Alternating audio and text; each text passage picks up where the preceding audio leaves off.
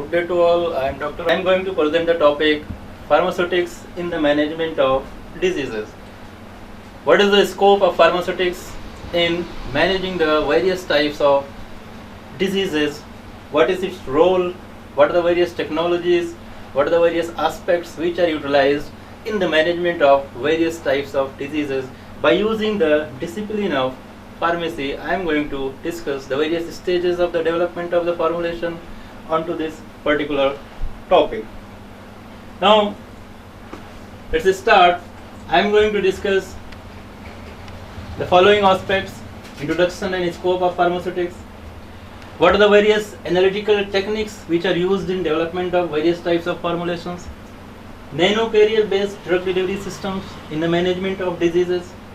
What is the current status of nanocarrier based drug delivery systems? What is the future of nanocarrier based drug delivery system in today's scenario? And in the last, I will discuss references.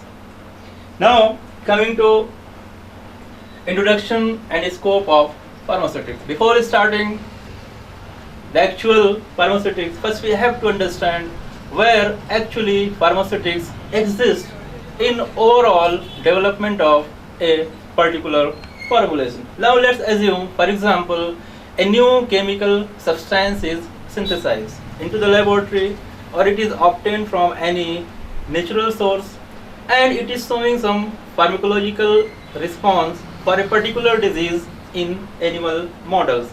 Now at this stage, it warrants to further explore that particular new molecule so that we can present it into the market where patient can easily use it, safely use it. There are three aspects of any type of new drug molecule: its safety, its efficacy, and its stability. The overall research program which is we have to perform, we have to concentrate onto these three aspects, that is safety, efficacy, and stability of that particular formulation.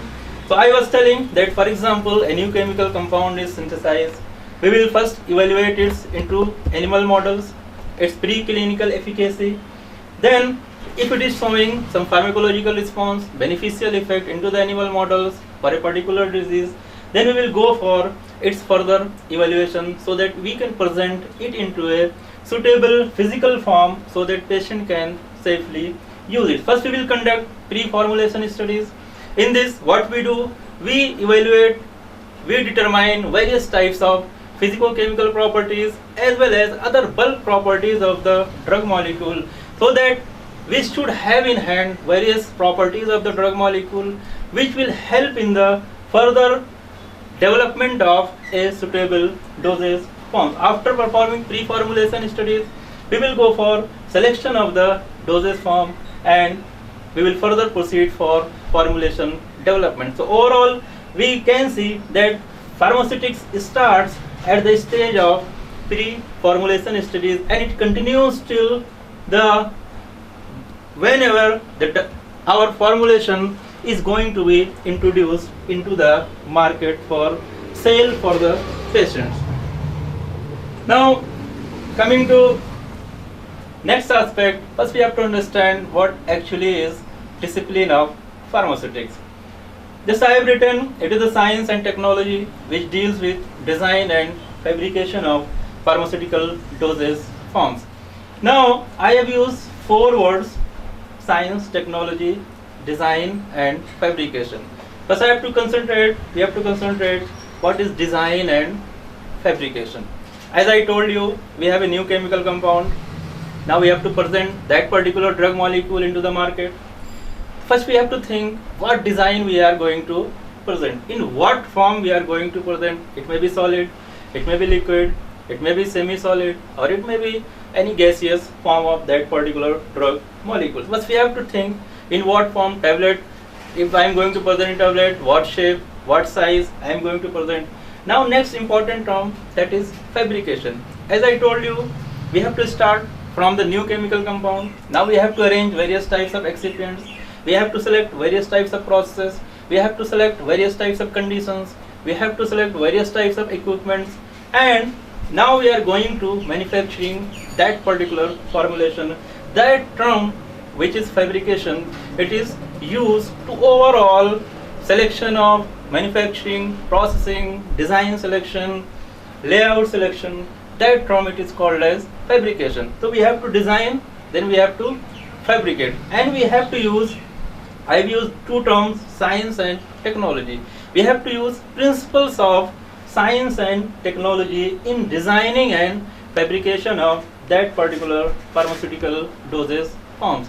So it is a science and technology, principles of science and technology we use in the designing and fabrication of a suitable pharmaceutical dosage form. That is overall pharmaceutics is. Now I will give some brief introduction of various areas of pharmaceutics. You can see various important disciplines of pharmaceutics: physical pharmacy, pharmaceutical engineering, pharmaceutical technology, pharmaceutical microbiology, biopharmaceutics and pharmacokinetics, novel drug delivery systems, drug regulatory affairs, and dispensing pharmacy and pharmacy purpose. I will give you a brief review of these areas of pharmaceutics. Now let's start with physical pharmacy. These are courses which are generally run into the overall discipline of pharmaceutics, but I will just give some introduction where these aspects can be used in overall development of a suitable formulation. Now what is physical pharmacy? As I have written, it is a scientific study of physico-chemical properties of the drug molecule, various types of excipients, which will help in the development of dosage forms. In this discipline, we evaluate various types of physico-chemical properties of the drug molecule as well as various types of additives. For example, we evaluate flow properties, we determine solubility. So all these aspects we study into this particular physical pharmacy subject. Next area of pharmaceutical engineering, which is again very important. As I have written, it is the science of equipments and processes. As we know, we use different types of processes, we use different types of equipments in manufacturing of a dosage form we require. As we are going to deal with medicines, we have to select properly what type of equipment I am going to use, what type of processes I am going to use, because that will also affect the safety, efficacy and stability of overall final developed formulation. So in this, if I am saying interest with reference to equipment, we generally study designing, fabrication, assembly, operation of that particular and maintenance of that particular. For example, I am going to use tableting machine. What should be the design? How I am going to assemble that? How it is going to operate? And how I am going to maintain that particular equipment. In this area, we generally study. Interest with reference to process, we generally evaluate. For example, I am going to use that particular mixing process. What is its effectiveness? What is its efficiency? Either it is valid, either it is safe, and at the point of cost, either it is economic or not. So in this pharmaceutical engineering, we generally study various types of equipment and various types of process, mixing, distillation, flow of fluids. All these aspects we generally study. Now next important area again, that is pharmaceutical technology. What are the various technologies which are used in development of various types of or manufacturing of various types of drug delivery systems like tablets, capsules, liquid dosage forms, various types of parenteral products, various types of ophthalmic products, various types of aerosols, and various types of advanced drug deliveries. What technology?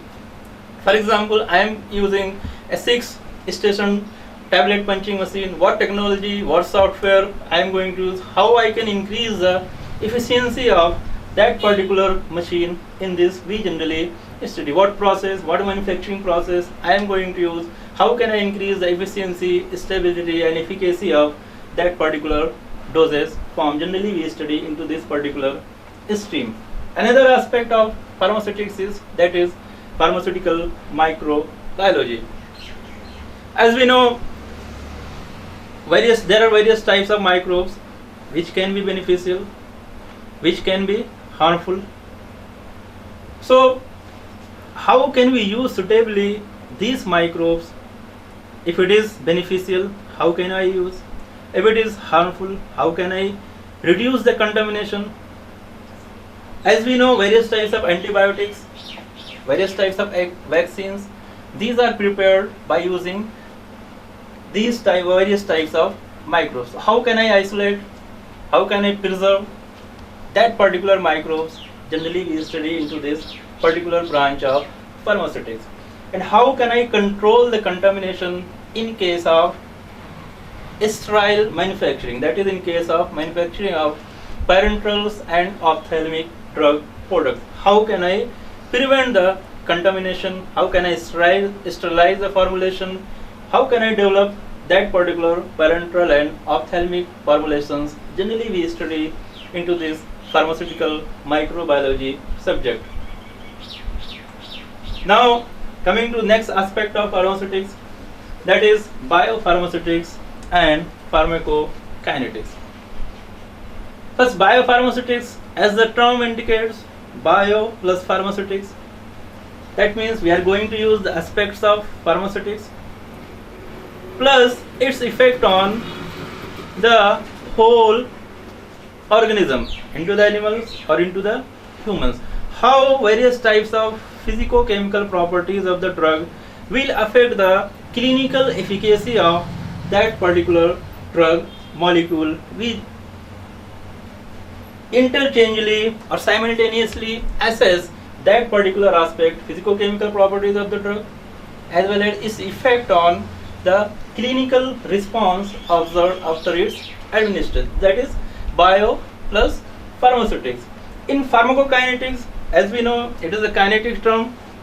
That means after administration of the drug into the body, how my drug it is going to travel into the various types of body compartments. That is, we study into the biopharmaceutics. After administration, for example, oral dose I have taken, it will go into the stomach, it will absorb. What is the process of absorption? After absorption, it will go into the systemic circulation, it will distribute into the whole body. What is the process of distribution? How can I control? How can I determine that particular distribution aspect? Then into the stomach, into the blood, it will metabolize into other components. What is the process of metabolism? And after that, it will excrete through the body, through various routes, through skin, through fecal route, through urinary route. So how can I determine various kinetic aspects? So generally we study into this particular pharmacokinetic aspects. So these biopharmaceutics and pharmacokinetics again are very important areas which will help the overall action of overall fate of the drug into the various types of body system or various types of body compartments. Now coming to next aspect, that is novel drug delivery systems. As the term novel means new, any new thing, whatever the conventional dosage forms which are available, they are having immediate release properties, they are having more side effects, their frequency of dosing is high, we have to take 3 times a day, 4 times a day. So how can I assess that particular thing? How can I introduce a method so that I can modify the release of the drug? How can I target the drug molecule to a specific site? That is novel drug deliveries, in which we develop various types of carriers, various types of technologies, so that we can deliver the drug through a proper route to the proper site, to a specific site, so that we can have a desired effect. We can reduce the various types of side effects, we can reduce the dose of the drug molecule, which will again helpful in the reduction of the toxicity of that particular drug molecule. Various types of novel drug delivery systems which are nowadays currently developed or some are marketed are polymeric nanoparticles, nanostructured lipid carriers, solid lipid nanoparticles, liposomes, neosomes, ethosomes and microbes. There are various others also which are also important. Now coming to again another aspect of pharmaceutics, that is drug regulatory affairs. As I told, We are dealing with drug. Most of the chemical compounds are toxic. So there should be some restrictions. For example, any pharmaceutical company that is synthesizing, it is manufacturing a pharmaceutical dosage form. So there should be some restriction. For example, I have to manufacture a drug, I have to sell a pharmaceutical dosage form into a particular country, into a particular area. So there should be some laws.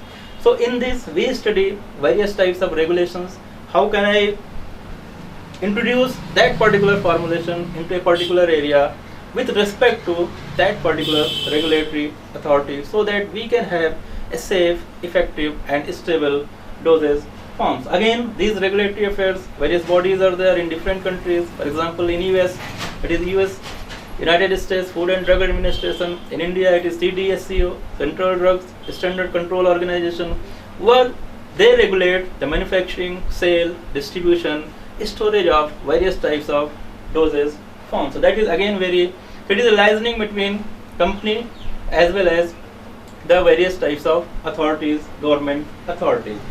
Next aspect of pharmaceutics again is very important, that is dispensing pharmacy and pharmacy practice. As we know, various types of pharmacists practice in various types community hospitals, various types of big hospitals, nowadays modern hospitals. So how they practice, how they will counsel the patients related to the safe use of drug molecules, how can patient can use that particular drug molecule. In this aspect, generally various types of pharmaceutical professionals work. How they will deal with the prescription, how they will tell how to use that particular medicine to the patient.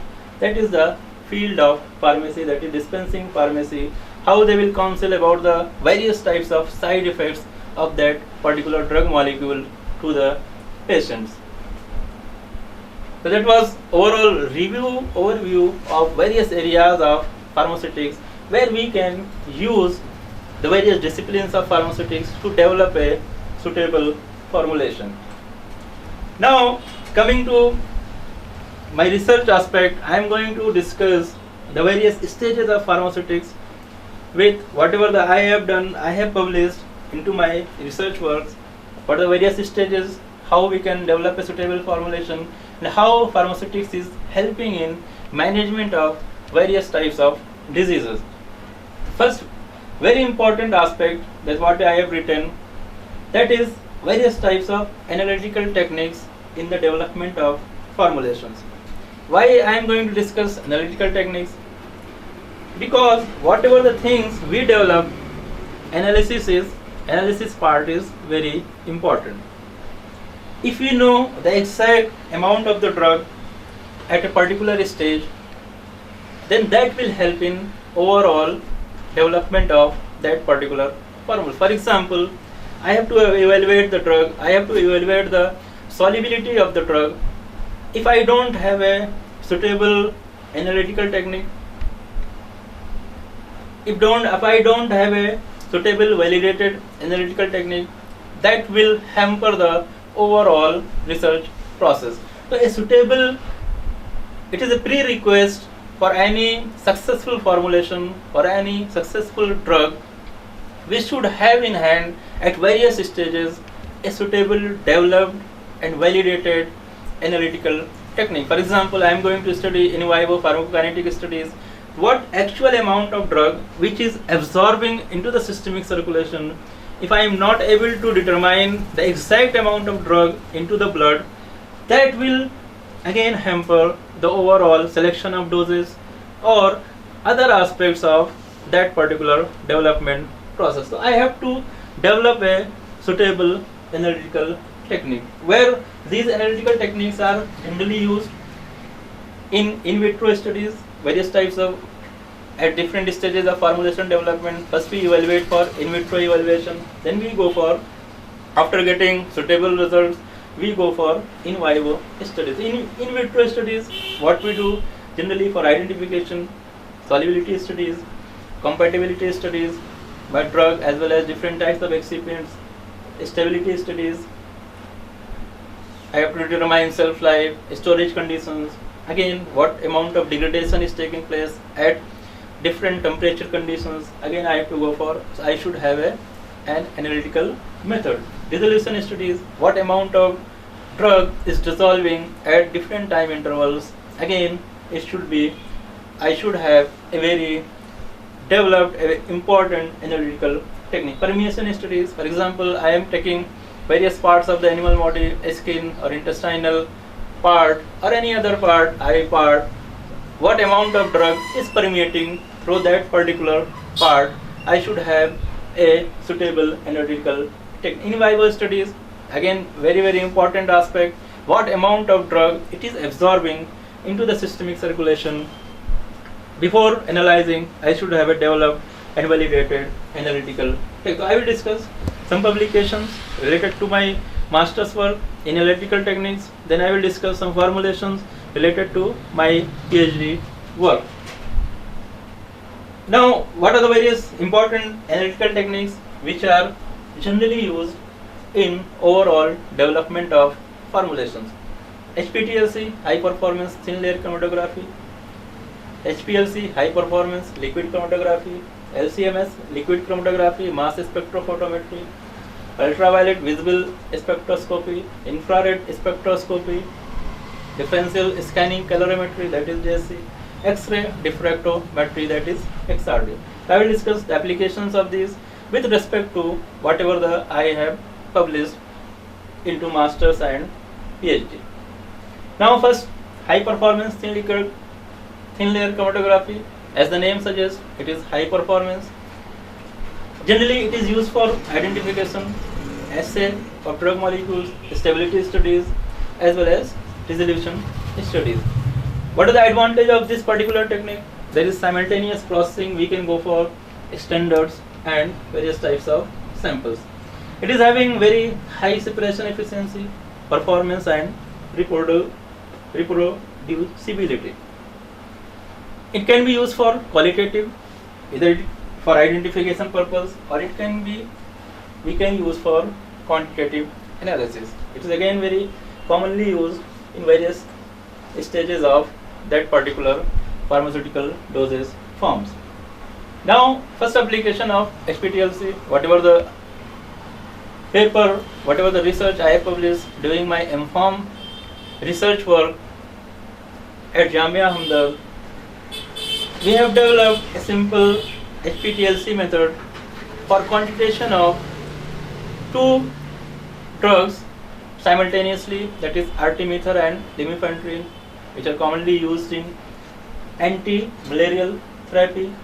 We have developed a suitable HPLC method and we have validated for various types of parameters. We have developed the, first I want to tell, whenever we are going to develop an analytical method, we have to concentrate on, for example in HPLC as well as HPLC, we generally go for selection of a suitable composition of the solvent system or the mobile phase, because we are going to separate the components, what is the affinity of drug molecules towards a stationary phase. In that particular system, we have to select proper mobile phase, we have to select proper solvent for dissolution of the drug, we have to select proper stationary phase. These are the important, what are the maximum lambda max, maximum absorption of drug at a particular wavelength. So we generally select all these, we generally evaluate, develop all these aspects. I have completed that particular research work at Research and Development Division, Indian Pharmacopoeia Commission, Ministry of Health and Family Welfare, Government of India, during my master's research work. In HPLC, I have used that COMAC HPLC instrument. In that there is a sample applicator, Linomet 5 version. We have used 100 microliter Hamilton syringe, and that HPLC instrument, it was associated with a WinCats software for processing of the data of that particular developed method.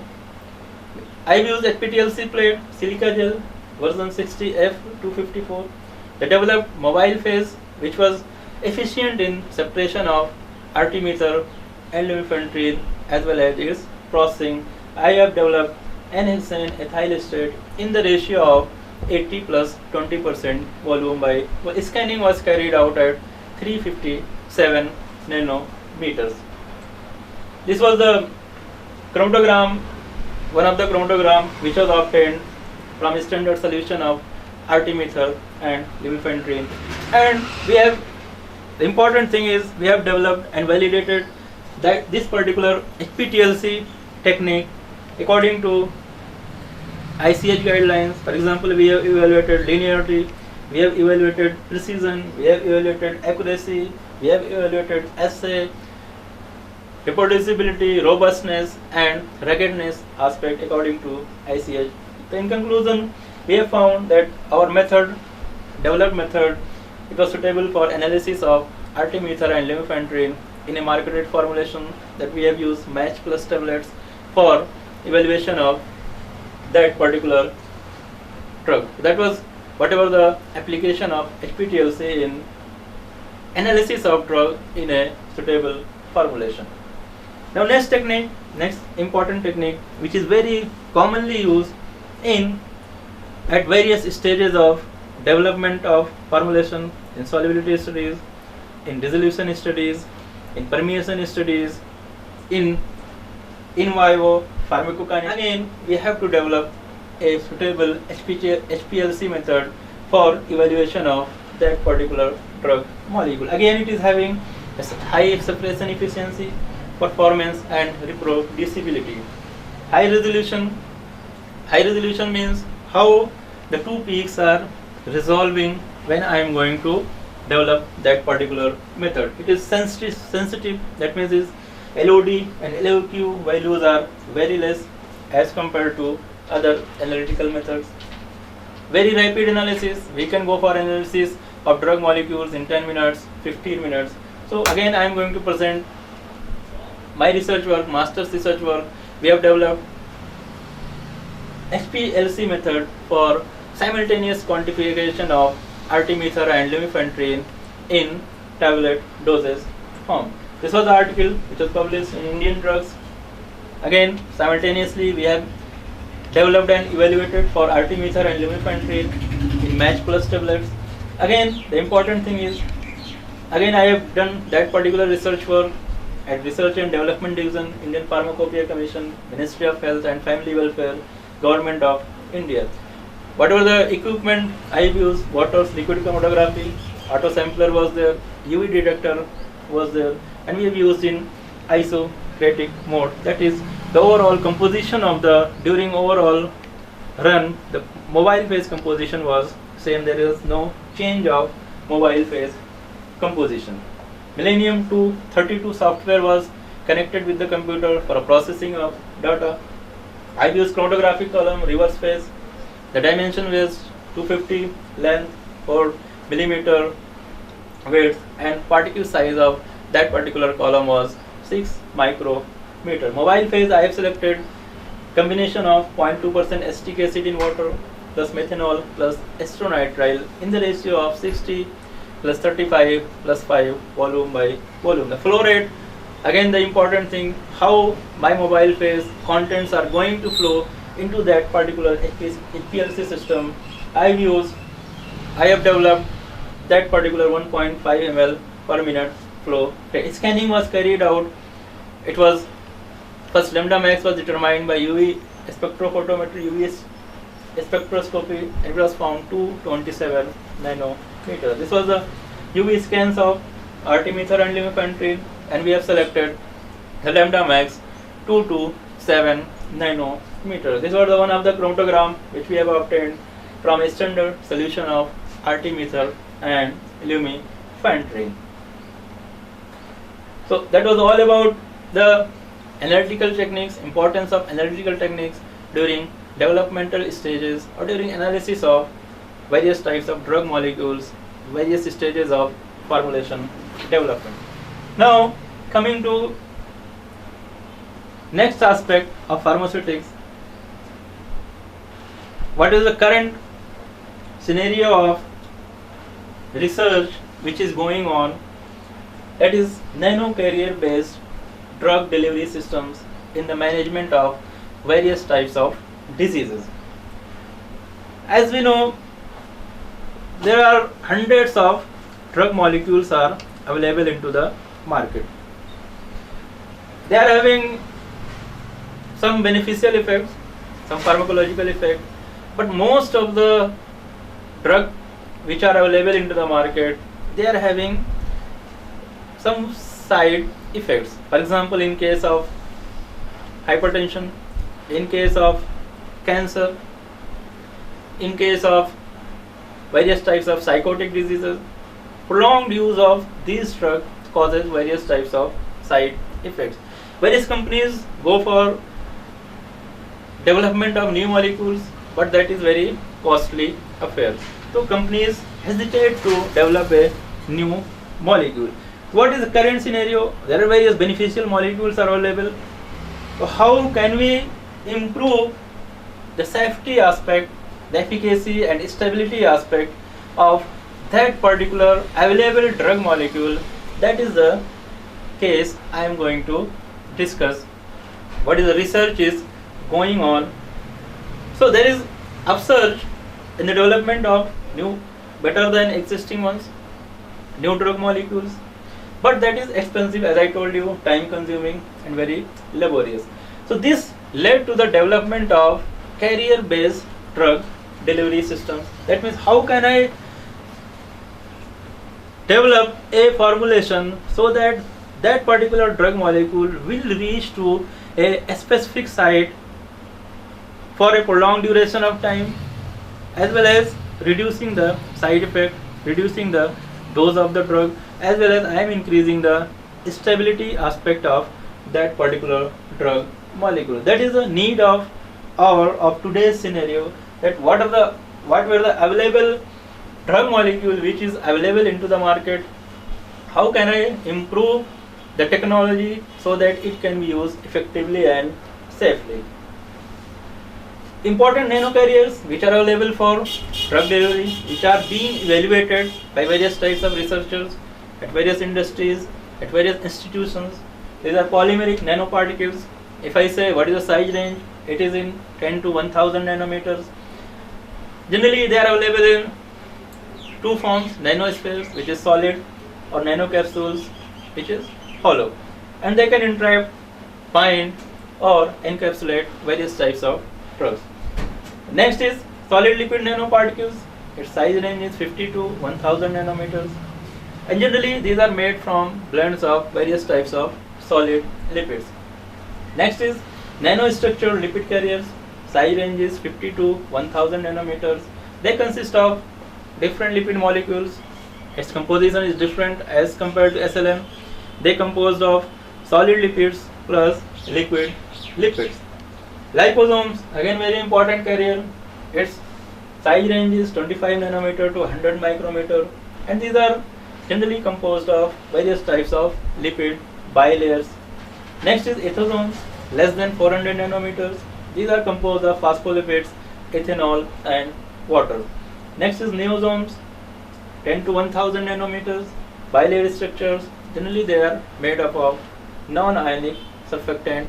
There are other also which are available, but these ones are very important, which are currently now being evaluated for various types of disease conditions, for different types of drug molecules.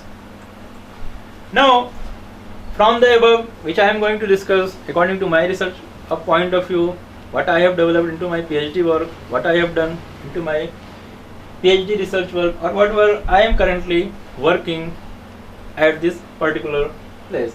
Solid lipid nanoparticles and nanostructured lipid carriers, they have shown some beneficial effects as compared to, these are the new generation of nanoparticles as compared to nanostructured carriers as compared to other types of particles.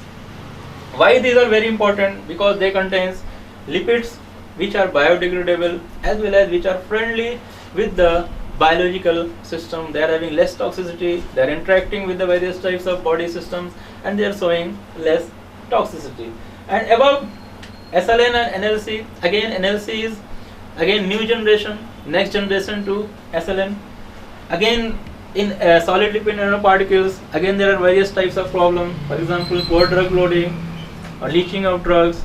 So this is minimized by the development of nanostructured lipids. So I will discuss the application of nanostructured lipid carriers by presenting some of my research work of PhD.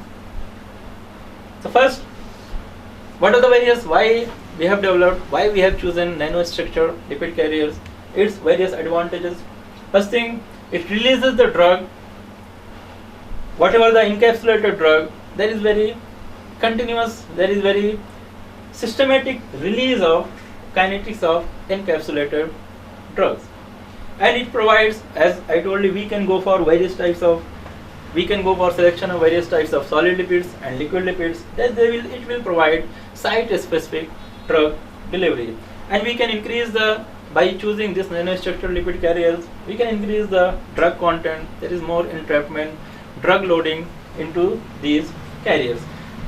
Another advantage, they can encapsulate both lipophilic and hydrophilic type of drug molecules due to its structural composition of that particular nanostructured lipid carriers. As I told you, these are biocompatible due to the composition of solid lipids and liquid lipids, and most lipids are being biodegradable. They are having same composition as compared to body system. So there is no immune system problems or any other type of problems.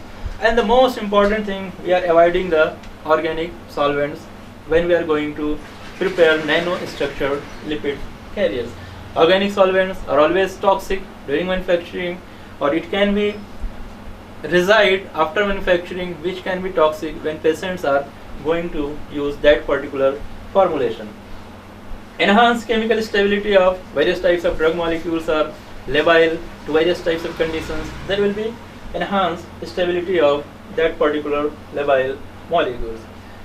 Now I am going to present the application of nanostructured lipid carriers by giving a brief presentation of my research work. In my PhD work, I have selected that particular nanostructured lipid carriers. I have developed a formulation for a drug, anti-inflammatory drug, that is etoricoxib. It is available into the market as tablets, oral formulations. But as we know, coxibs are, they are showing some problems. They are showing some myocardial problems. In this case, etoricoxib, it is showing myocardial infarction and heart strokes. Why? Because as we know, this is a cyclooxygenase 2 inhibitor, selective cyclooxygenase 2 inhibitors. When we take orally, what happens? In the heart area, there is availability of COX-2 enzymes which are beneficial for the body system, which help in vasodilation at that particular site. So when we take orally, it will absorb into the systemic circulation, it will reach to the heart, and it will cause, it will inhibit that particular COX-2 enzyme which is beneficial at that particular place. So that will cause myocardial infarction as well as stroke. That's why these drugs are nowadays less commonly used as by oral route. As we know, celecoxib, there are various types of other coxibs also which are banned in some countries due to these reasons. There is need of our to develop a formulation which will not go into the systemic circulation, because it is used for inflammatory conditions of the skin, into the arthritis or various types of pain conditions of the body. It was need of the hour to develop a formulation, topical formulation, so that we can apply the formulation onto the skin.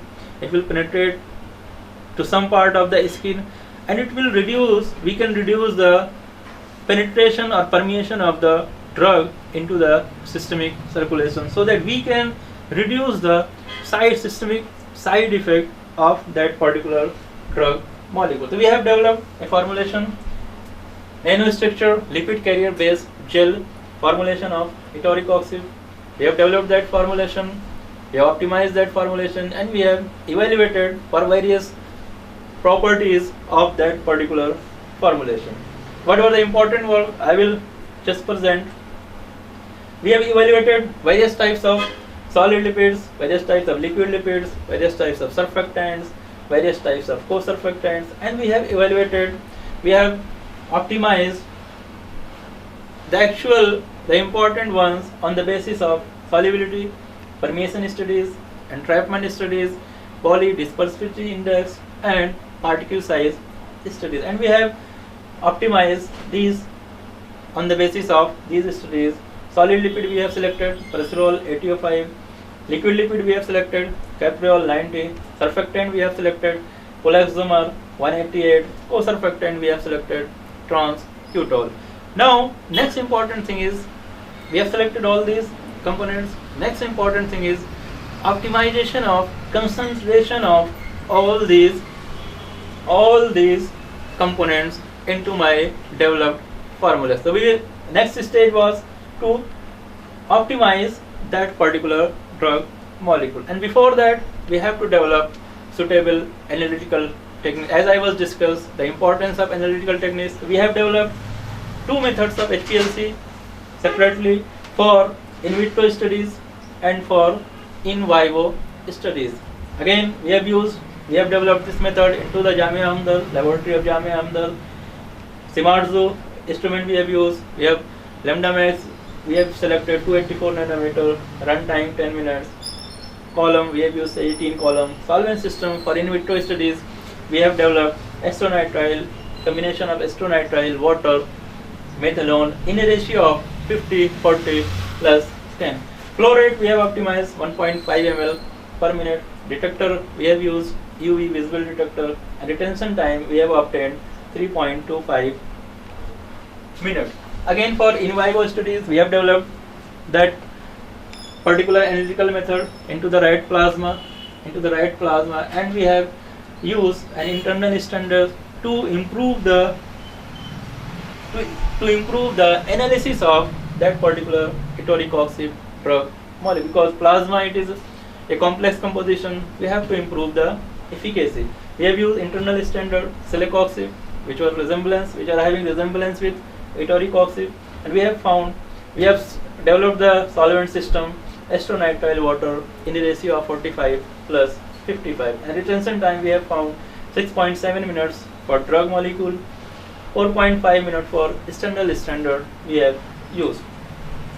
Now we have, again I told you, the important aspect is optimization of concentration of different components of nanostructure lipid carrier. We have selected cholesterol 805, capriol 90, trans ketol, but now we have to optimize the concentration. What concentration we are going to use so that we can have a suitable formulation. So for that optimization, reduce the number of experiments, we have selected a box experimental design software, that is box Benken design. We have used a 3-factor 3-level box Benken experimental design. Was why we have used this to reduce the number of experiments, to reduce the number of trials, and we can have a optimized formulation. In this there were independent variables as well as dependent variables. The independent variables we have used mixed lipid concentration, surfactant mixture plus drug concentration. Dependent variables particle size, entrapment efficiency, and flux, that is what is the amount of drug which is permeating through per square area of skin in per hour condition. So dependent variables particle size we have to minimize, entrapment efficiency we have to maximize, maximum amount of drug can be entrapped, flux value we have to minimize, because we are developing for topical formulation, we are minimizing the permeation of the drug or reaching of the drug into the systemic circulation. And we have used these ratios. Again we have optimized, before that we have optimized what should be the minimum level and what should be the highest level of these independent variables. For example, mixed lipid we have used a range of 5 to 15%, surfactant mixture we have used a range of 1 to 5%, drug we have used a range of 0.5 to 1. But now we have to optimize where my best formulation exists in what ratio, in what concentration my formulation exists. Either it's mixed lipid, either maybe 5, 5.1, 6, either it is 10. So what should be the best for my that particular developed for on the basis of these dependent variables. We have chosen method for NLC preparation, micro emulsion template technique. We have characterized that optimized NLC dispersion for various types of studies. Important ones I am going to discuss: particle size distribution, transmission electron microscopy image.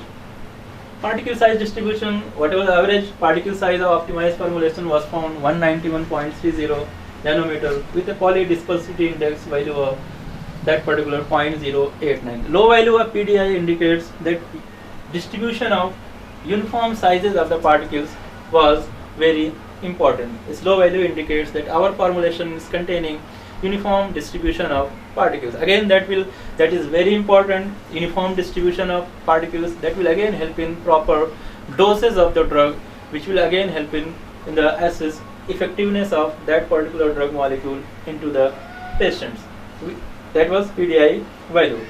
TEM image, it was showing the drug, whatever the NLC we have found, it was spherical in shape as well as smooth in surface. That is again very important criteria. Next, we have evaluated that our developed formulation, that either my drug molecule, either it is entrapped into that particular NLC system or not. We have evaluated by these two studies. DSC IR we have also done, but I am not presenting at this stage. Differential scanning colorimetry, X-ray diffractometry. So all these in DSC, in thermograms, we have taken the thermograms of drug, solid lipids plus physical mixture and drug loaded nanostructure lipid carriers. So in this case, we have found that in lyophilized drug loaded NLC, there was no peak of the in this deposition, there was no peak of the drug molecule. It was peak of the only solid lipid, which indicates that our drug, it is entrapped into that particular structure of that particular nano carriers. In also XRD study, again in this XRD diffraction pattern of that particular drug loaded NLC, there was no peaks of the drug, there was no diffraction patterns of the drug molecule, which indicates that our drug, it is entrapped within the lipid matrix. Another very important study, that is confocal laser scanning microscopy, CLSM.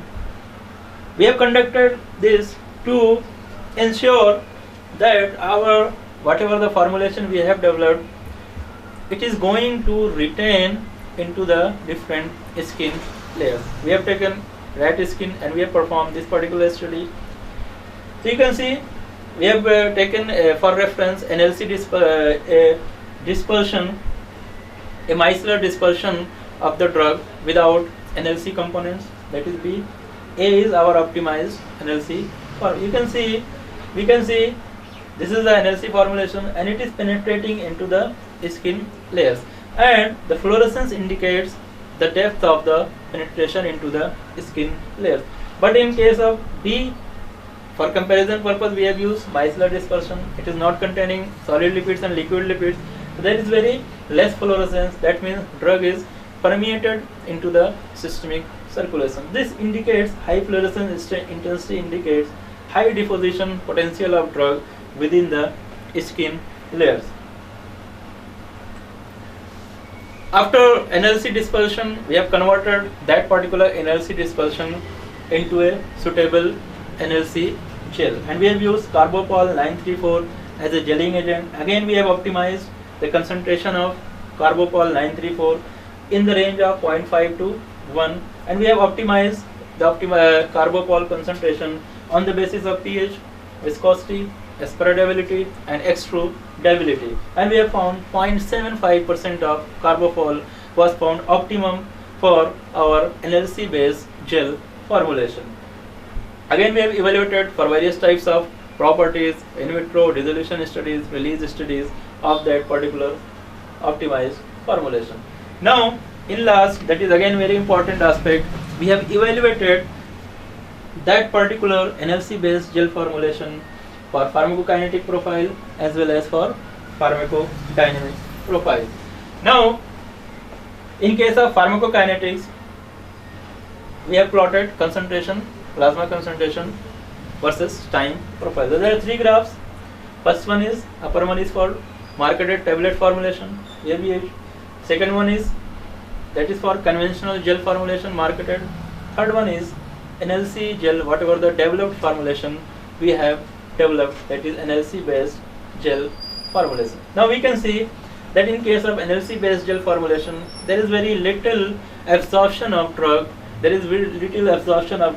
into the systemic circle. That means our drug, it is retaining into the skin layers and it is not permeating in a very high concentration into the blood compartment. That was a pharmacokinetic study, and again it was confirmed by performing pharmacodynamic studies into the animal models. We have induced inflammation, then we have measured into the rat paw of the rats. We have selected animals and we have divided into different groups, and we have injected inflammatory agent and we have measured the inflammation, and we can see again we have plotted percentage inhibition of inflammation against time.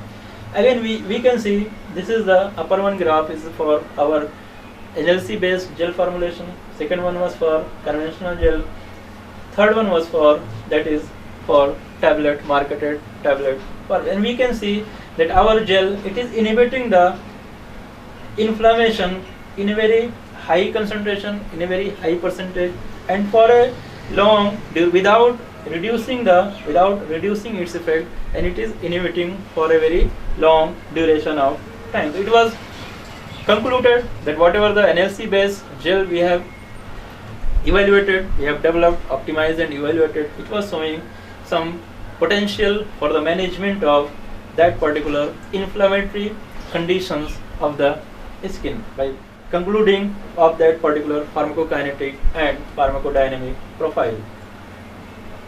Again, next application of nanostructured lipid carriers. Again, I have performed these studies with some other researchers at Faculty of Pharmacy, Jamia Ahmedabad. In this, we have developed NLC formulation of candesartan Celaxetil. It is a prodrug and it is used for anti-hypertensive condition. The problem for this drug is low bioavailability, very 15% it is bioavailable into the systemic circulation due to the degradation into the gastrointestinal tract. Again, need of the hour was to develop a formulation by which we can increase the availability of the drug into the blood circulation. Again, we have used that particular nanostructured lipid carrier approach. In this, we have used hot emulsion probe sonication method. Whatever the solid lipid we have selected, glycerol, monostearate, liquid lipid, oleic acid, surfactant 280, co-surfactant, spine. Again, we have optimized the concentration of these components by that particular box Benken design. I am not presenting all the data. So we have optimized that particular concentration of these components by box Benken design. Again, we have evaluated for its pharmacokinetic as well as pharmacodynamic aspect. Now we can see this is our optimized candesartan Celaxetil nanostructured lipid carrier optimized. This is the data for candesartan Celaxetil suspension, simple suspension, and we have optimized Cmax, Tmax, AUC, 0 to T, 0 to infinity, half-life and bioavailability. We can see the optimized candesartan Celaxetil nanostructured lipid carrier, it is having AUC of higher as compared to that particular suspension. It indicates the higher bioavailability. It is having 7.44 times higher bioavailability as compared to candesartan Celaxetil conventional suspension. Next study, we have performed pharmacodynamic assessment. Again we have selected rats and we have induced hypertension into the rats, and we have evaluated. We have divided into 4 groups: normal, control, hypertensive control, normal control, hypertensive control, Candesartan laxative suspension, and our optimized nanostructured lipid carrier based gel formulation. And we can see that in case of our optimized formulation, the percentage reduction in the blood pressure, it is high as compared to that particular conventional suspension thing. We can conclude that our NLC based that particular suspension, Candesartan laxative suspension, it was reducing the blood pressure to higher extent as compared to Candesartan laxative suspension. So that was all about the application of nanostructured lipid carriers, which I have presented, whatever the research I have conducted for management of various types of diseases. Now,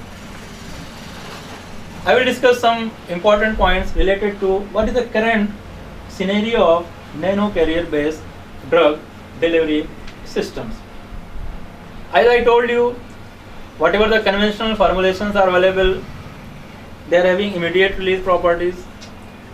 Whatever the research is going on, it is going on to modify the release property of the drug molecules. Either it can be delayed release, either it can be site specific, either it can be time release. So various types of targeted formulations. So whatever the research is going on, these are going on all these aspects of whatever the available drug molecules into the market.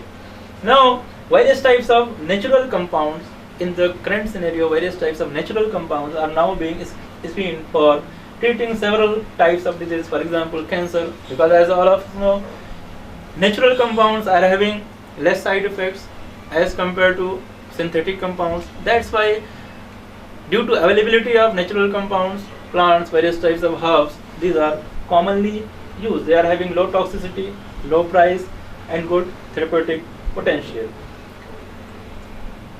This is whatever the various types of natural compounds extracted from various types of plants, and which are commonly used in developmental stages of nanomedicines. They are commonly used as antimicrobials, anti-inflammatory, antioxidants, anti-cancer. I have presented various types of drug molecules which are extracted from various types of plant sources and which are nowadays being developed these are under developmental stages at various places for various types of nano carrier based drug delivery systems. This is few examples of nanomedicines which are currently in clinical use. I have divided this into commercial name, active ingredient, carrier, application, and advantage of that particular drug delivery system. There is a company Janssen, they have developed Doxil for doxorubicin for cancer. Carrier was used liposomes. Application, it is used for ovarian cancer, multiple myeloma. What they have found, it was having increased site specific delivery and decreased toxicity. So they have found this aspect of that they are increasing the site specificity and it is available into the market as a liposome. Another, these are liposomes, pervincristin, for irinotecan, for various types of cancer. There is another nanocrystal carrier, tijanidine hydrochloride, as used as muscle relaxant. Again, they are increasing the bioavailability and decreasing the dose of the drug. So there are other formulations also which I have not presented into this particular slide for various types of other drug molecules for various types of diseases which are nowadays commonly used, are used into the markets. That is the current status. Natural compounds are very commonly evaluated for various types of drug delivery systems. Now, coming to last of this particular presentation, what is the future of nano carrier based drug delivery system? As I told you, it is the most interesting aspect of nowadays of development of nanomedicines. As I told, there were 1500 patients they have been patented, they have granted the patents, and various types of clinical trials are going on for various types of diseases. As I told, cancer, whatever the various types of formulations which are available into the market, they are not having site specificity, because cancer, it is caused at a particular location of the body. Whatever the formulations are available, they are having toxicity, they are chemical compounds, very highly toxic. So they go into the systemic circulation, distribute at different places, interact with various types of receptors, and they are producing various types of side effects. So in current, this is the most interesting area of developing a nano carrier which we can deliver the drug molecule at a specific site, so that we can reduce the toxicity related to various types of cancerous drug molecules. Various types of nanomolecules for the delivery of accurate amount of drug are being developed in tumor cells without disturbing the physiology of the normal cells. That should be the target. We should not, our drug molecules should not interact with other parts of the body, but it should interact with the cancerous. How can I modify that particular drug molecule? What type of carrier I can use? What type of system I can use, so that I can deliver my drug molecule into that particular site. Now, as I told, this nano carrier based drug delivery, it will be the future of research and development for years to come, because various types of drug molecules are available. As I told you, natural compounds are being evaluated for cancers, for antihypertensive, for anti-diabetic, for psychotic drugs, various types of drug molecules. There is another aspect which is, as I told you, whatever the drug I am selecting, whatever the carrier I am selecting, there should be some loading of the drug molecule, very good loading, as well as its release capacity should be in uniform manner. So there is very research is going on for all these aspects also, drug loading and release capacity. As all of us know, there is no, in healthcare system, there is no, it is very limited at this stage, the developmental stages, it is very limited of that particular disease. So various aspects are available which can be explored. Various very key fundamental attributes are still being unknown related to various types of disease. We can go for various types of research, various types of nano carrier we can select for various types of diseases, and we can minimize the various types of harmful effects related to that particular drug molecule. That was the last. These are the references which I have used. And thank you all for your patience listening of my presentation related to pharmaceutics in management of diseases. Thank you. Thank you so much.